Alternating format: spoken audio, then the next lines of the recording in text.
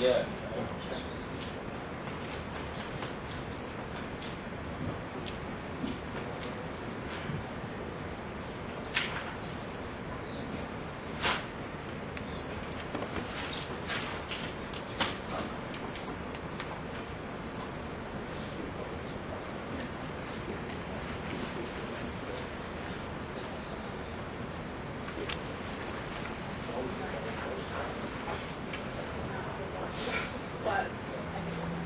Alright, we are at 7. Is that Matt?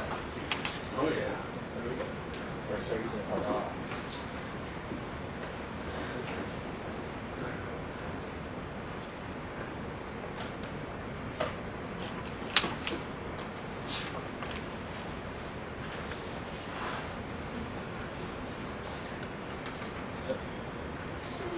Good evening and welcome to the March 6th Clifton Park Town Board meeting. Please join me for the Pledge of Allegiance. Pledge allegiance To the flag of the United States of America, and to the republic for which it stands, one nation, under God, indivisible, with liberty and justice for all. Pat, if you would call the roll. Councilman Whalen. Here. Councilman Stengel. Here. Councilman Romano. Here. Councilman Long. Here. Supervisor Barrow. Here. Communications and announcements this evening. I do want to mention that we're coming up on another presentation by the Not So Common Players. The name of this performance will be Lucky Stiff. It'll take place on, it starts on the 17th of March, and it goes 17th through the 19th, 23rd through the 25th, and the 26th. All presentations will be at the Shen High School East Theater, and the Thursday performances will be at 7:30. Friday and Saturdays will be at 8 o'clock, and the matinee on Sunday will be at 2. So the timing's a little different, but this information is on the website. We also have information available in the clerk's office. So if you haven't been to a Not So Common Player performance in the past, it's just tremendous local theater, and they do a tremendous job. So come out and see Lucky Stiff. Any other communications and announcements?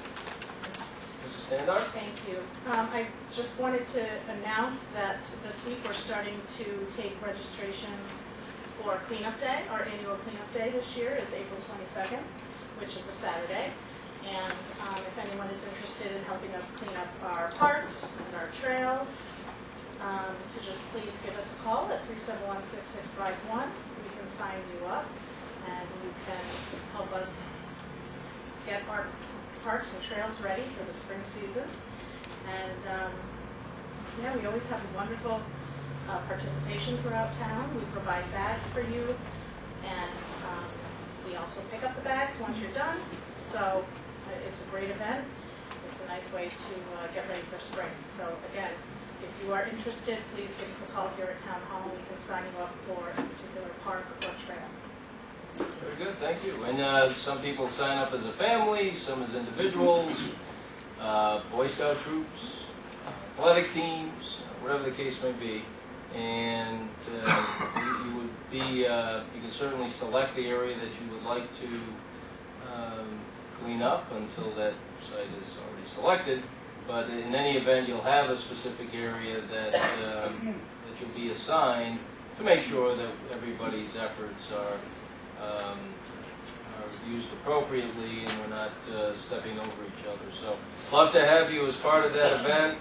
It's a great event each year, and I have no idea how much we actually pick up. We've never weighed it, but it's a lot. So after the winter, there's a lot of papers blowing around and other remnants, and we want to make sure it all gets picked up. Okay, any other communications at this time? Okay, very good.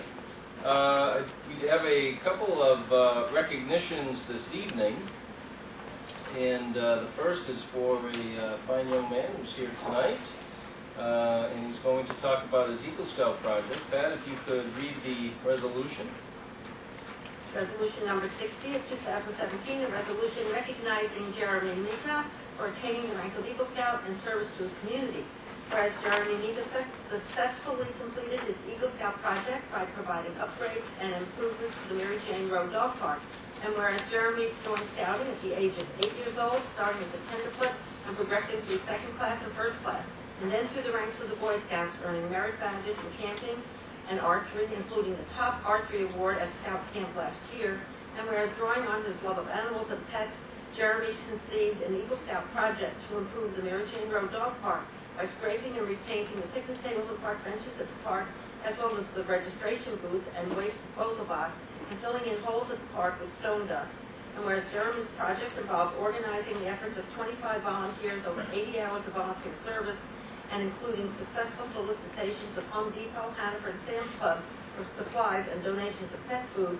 And whereas Jeremy's initiative, energy, and motivation to give back to his community will serve to prepare him for a meaningful, productive role in society. And whereas Jeremy also collected donations of pet food and supplies which were donated to the Captain Youth and Family Services.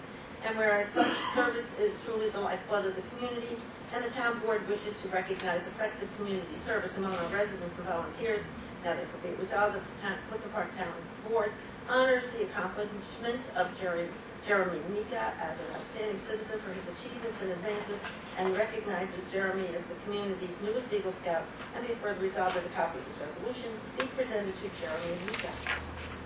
Thank you, Pat. I move that we approve the resolution with a second by the board. Councilman Whalen? Yes. Councilman Standard? Yes. Councilman Romano? Yes. Councilman Holloway? Yes. Supervisor Barrett? Yes. Jeremy, come on up. Come on up to the podium, young man, and I want to congratulate you on behalf of the town of Clifton Park for this incredible achievement. We're very fortunate. We have a lot of Eagle Scouts in our town and throughout the years.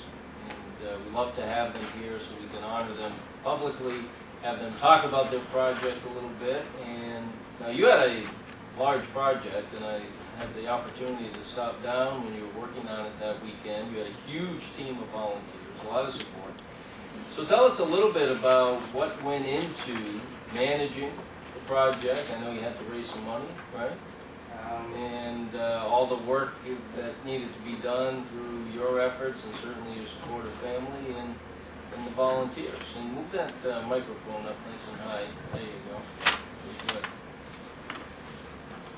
So tell us a little bit about the project. Okay, so. Oh, a little louder.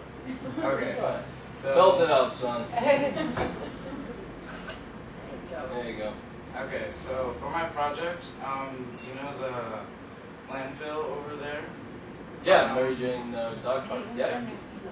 And so, the first time that I looked at it, I'm like, okay, we need to fix this place up.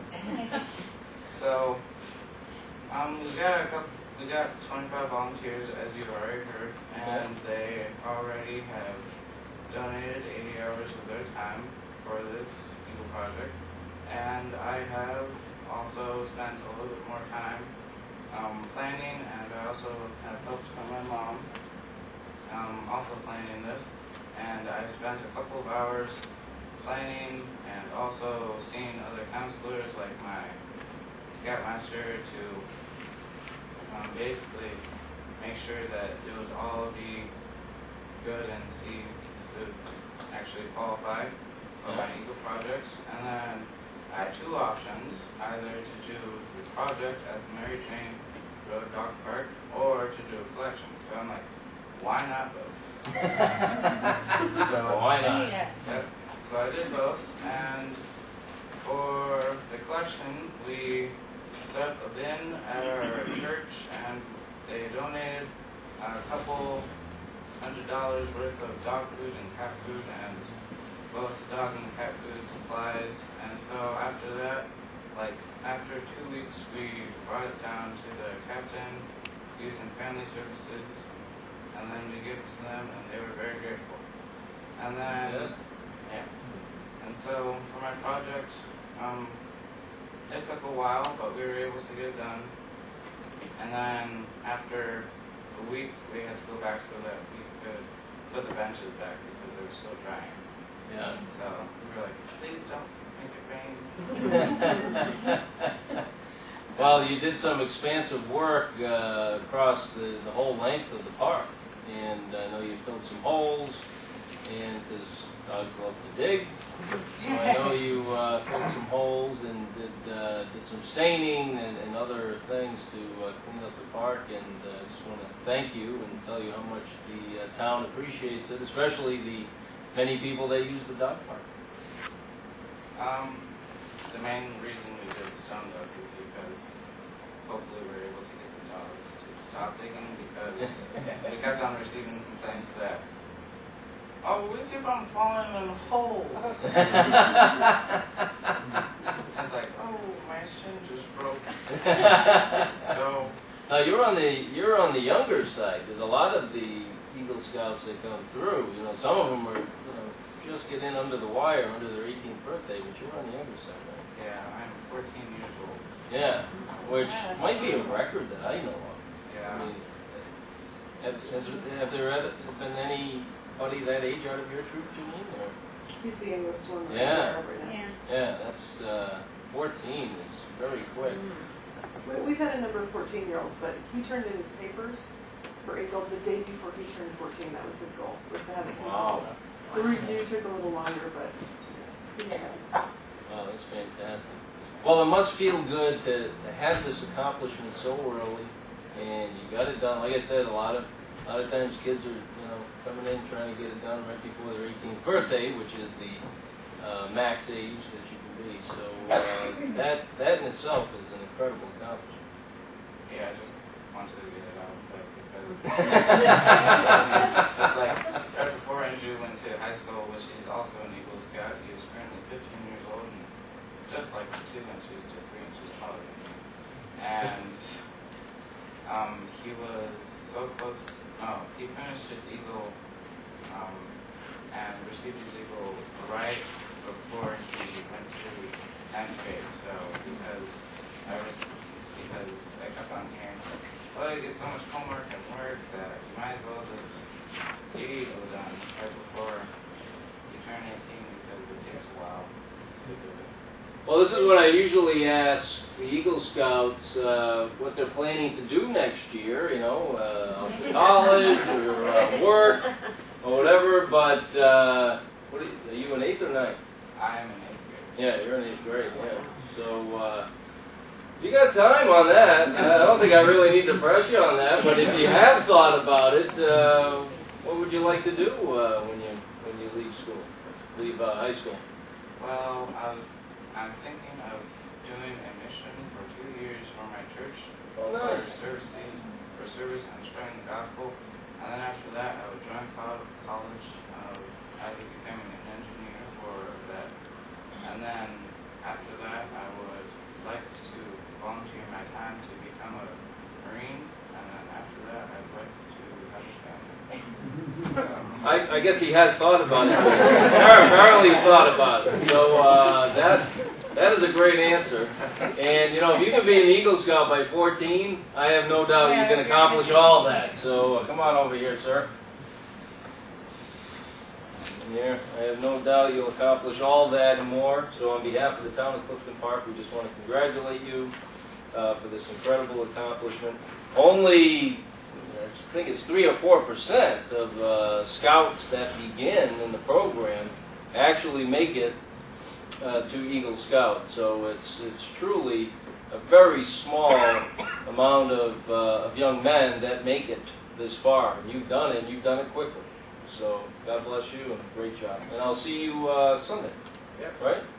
Yep. So his court of honor is Sunday, right? Correct. Yeah. Yeah. So I'll see you Sunday.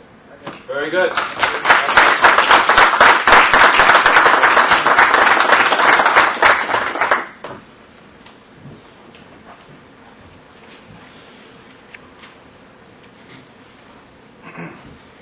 Jeremy has a bright future ahead of him and a lot of of worthy goals, and obviously giving back to his community, and it was very important to him. And we'll be watching him as he progresses. All right, Pat. We do have a couple of other resolutions, including a presentation. So if you could read the second resolution, please. A resolution designating the George and Ida Kellogg House, 859 Main Street, Jonesville, to be placed on the Clifton Park Town Register of Historic Places. Whereas in March 2008, the planning board approved the Dickinson subdivision, which was subsequently constructed as Prospect Point within the town. And whereas the town's Historic Preservation Commission recommended to the planning board that the single-family home at 859 Main Street, then known as the Smith House, be preserved as part of the subdivision approval process. And whereas in approving the Dickinson subdivision, the planning board required that the home be preserved with a restrictive covenant requiring the home's preservation noted on the property deed. And whereas the town board subsequently authorized enforcement actions to uphold the restrictive covenant before the planning board and in Saratoga County Court in 2014 and 2016 respectively. And whereas John Shearer, town historian, advises that the house was built as early as 1882 by George and Ida Kellogg.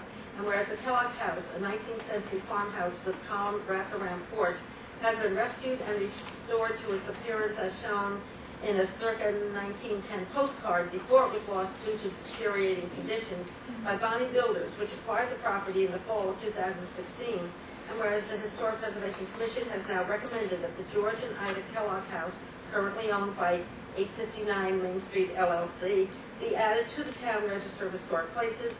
And whereas structures placed on this register will be given historic status for purposes of townwide recognition, and as such shall be provided with appropriate marker and inclusion in the town brochure identifying all sites so designated. Now therefore be resolved that the town board hereby adds the George and Ida Kellogg House, 859 Main Street, Jonesville, to the Town Register of Historic Places, and be further resolved that the town board recognizes Bonnie Builders for the timely and comprehensive restoration of the home and for their close collaboration with the Building Department and Historic Preservation Commission in bringing this home back to full habitability while adhering to the home's aesthetic appeal to the Jonesville neighborhood.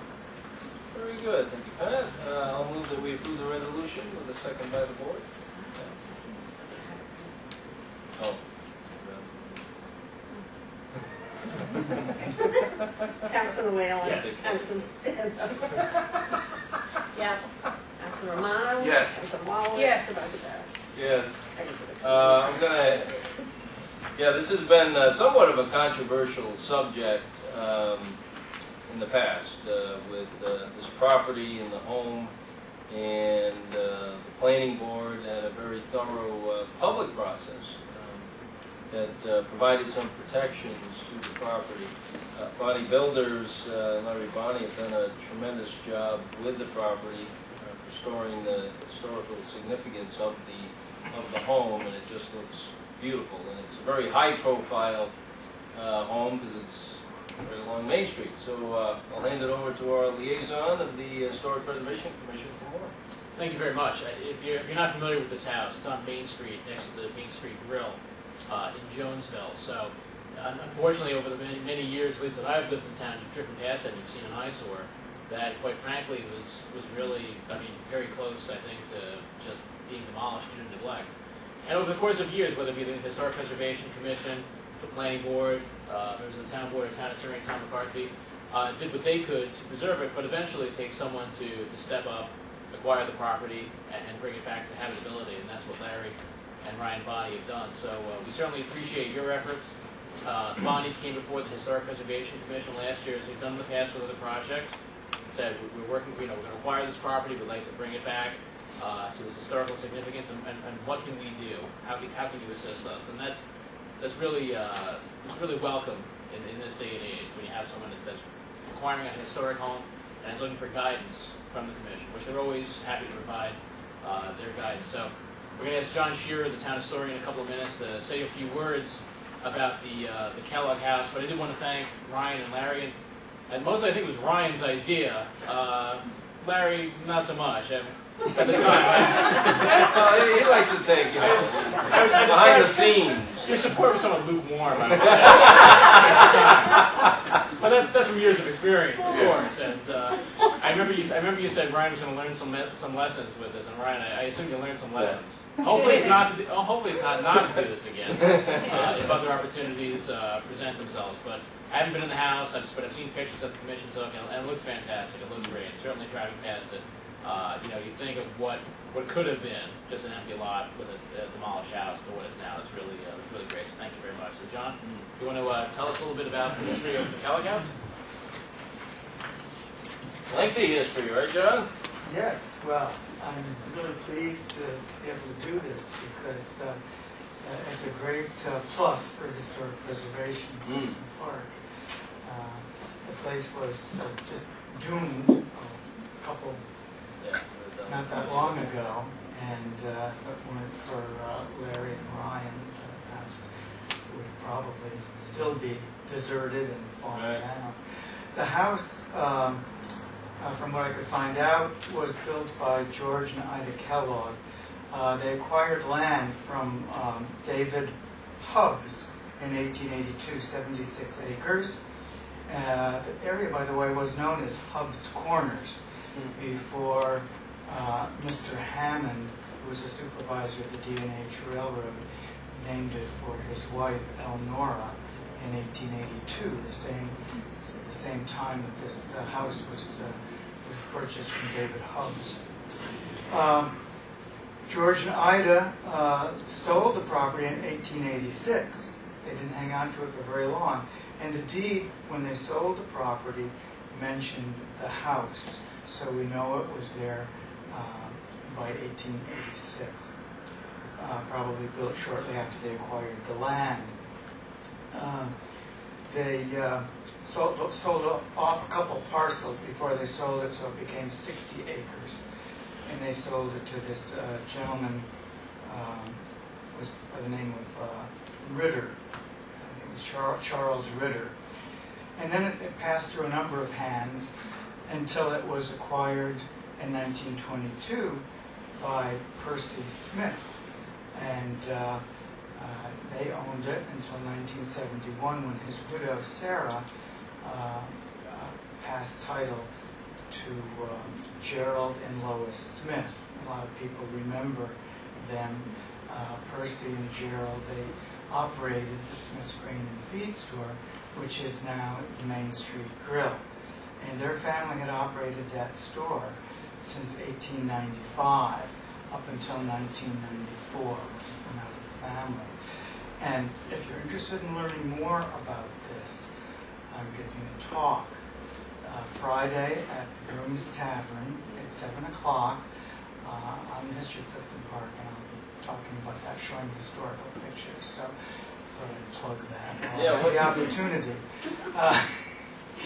At any rate, so that they owned it for until it was sold to developers. The exterior of the house has been restored to its 1884 appearance, as it appears on a 1910 postcard view. And it really looks great. The original columned wraparound porch has been restored. The exterior window placement has remained the same. The exterior of the house looks basically the way it did in the 1880s.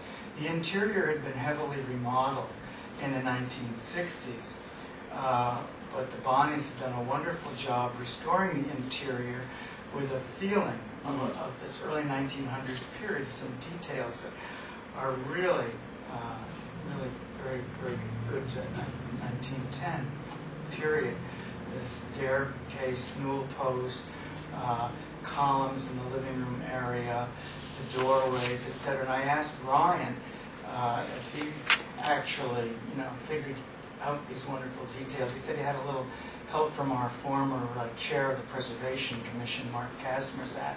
It's beautifully done. And I would like to encourage Ryan to pursue this line of work. And I can give him a list of other places. Cottage industry. Wonderful job. And the house is a contributing structure to this Elnora Historic Area being next door to the grain and feed store across the street from Jumpin' Peterson's old general store, which was also the Clifton Park Post Office at one time, and also the railroad station, which is right there. And as I say, it is a contributing structure, and we're delighted that it has been saved and is there next to these other historic buildings, and glad to put it on our historic register. Thank you very much for bringing it back to the community. Appreciate it. And I'm sure everybody that lives nearby is very pleased with it as well, yeah. And a nice house behind it too, right, John? And a nice new house behind it too, right? Yes, and yes, actually the house that was built next to it is also very compatible with what they did with the 1880 building. It fits in really nice with it. It's right there behind the building, so yeah, it's true. Right, we'll give Ryan that list and we'll see where we go.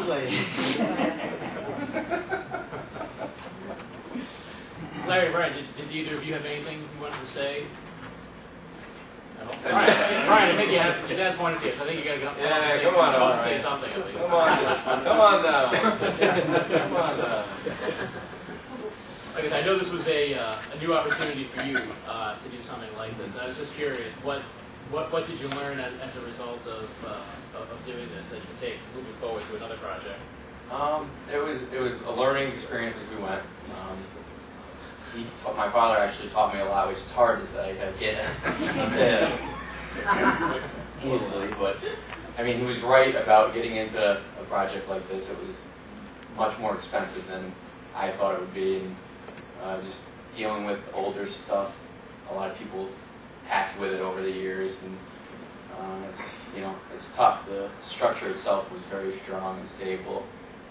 Just getting it to the point where people got involved with it was tough, but you chase issues constantly. But it was fun. It was a fun experience. Fast. Yeah, pretty fast. Yeah. Once you got rolling, it was. Yeah, exactly. You go by there. Getting it stable. Everything was tough at the beginning, getting it all stable. But once we got there, it was quick. Well, great job. Thank you. Fantastic. All right. Well, the next. Normally, when we hand this plaque, we provide, I think, some sort of the offer of assistance to attach it to the building. I think it's one instance where we're not going to have to. That's right. So, Larry, you want to come on? Join us? Yeah, as long as it's a full pack. You going to join us for the picture now? Oh, yeah. Johnny, you want to come up? Do you have the list with you? I wish you know how to do it. That's right.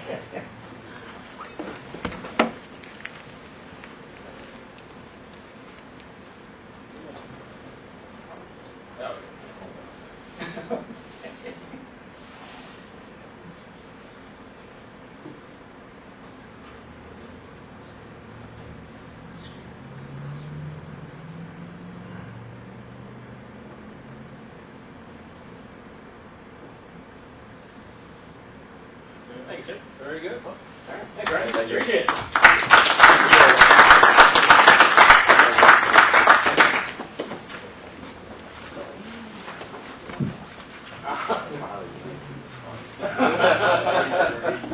They'll learn. Nothing like experience, right? So this was resolution number 61, I didn't say that. Thank you for correcting me. All right, then we just have one more, right, Pat? Resolution approving an outside user connection to the Clifton Park Sewer District Number 1 for property located at 744 Pine Road. Whereas the Town Board of Commissioners of the Clifton Park Sewer District Number 1 has received a request to extend service to land owned by Candy Woods, 744 Pine Road, more particularly identified as lot number, the SPL is 265.2-36, and whereas the real property is located outside the service area of the Clifton Park Sewer District Number 1, and whereas Clifton Park Sewer District Number 1 has been approved by the New York State Controller's Department of Audit and Control, and whereas Michael O'Brien, Collection Systems Manager, has determined that sufficient capacity exists within the Clifton Park Sewer District Number 1 sanitary sewer system to provide service to the property, And whereas the town board recognizes the environmental, planning, and policy objectives met by approving sanitary sewer service over alternative plans for new septic systems, that it be resolved that the town board of commissioners of the Clifton Park Sewer District Number 1 hereby approves an outside user connection to the district's facilities for property located at 744 Plank Road, Clifton Park, New York, and be further resolved that connection fee of $1,000 applies pursuant to town code section 169-103, and be further resolved that the outside user agreement shall be assigned to the single-family home constructed at 744 Plank Road, SBL 265.2-36, and connected to the Clifton Park Sewer District Number 1 facilities. Very good. Mr. O'Brien, how you doing today? Pretty good. This pretty self-explanatory. We did a district extension a few years ago on Plank Road, and every time you extend a district at a developer's cost, the developer put a pipe in. You got to draw a line. We drew the line, and of course now the person next to the line lets the tie in. So our outside user agreements are pretty straightforward. It allows people to use the sewer, and in the future, if we expand again, they just become part of the district. So they'll absorb any debt service issues or anything like that. And it's great to have another user out there. So. Yeah, it's good for the entire area, and also obviously good for the adjoining landowner that's going to be the beneficiary of the outside user agreement. These are all grinder pumps, but they are all owned by the homeowners.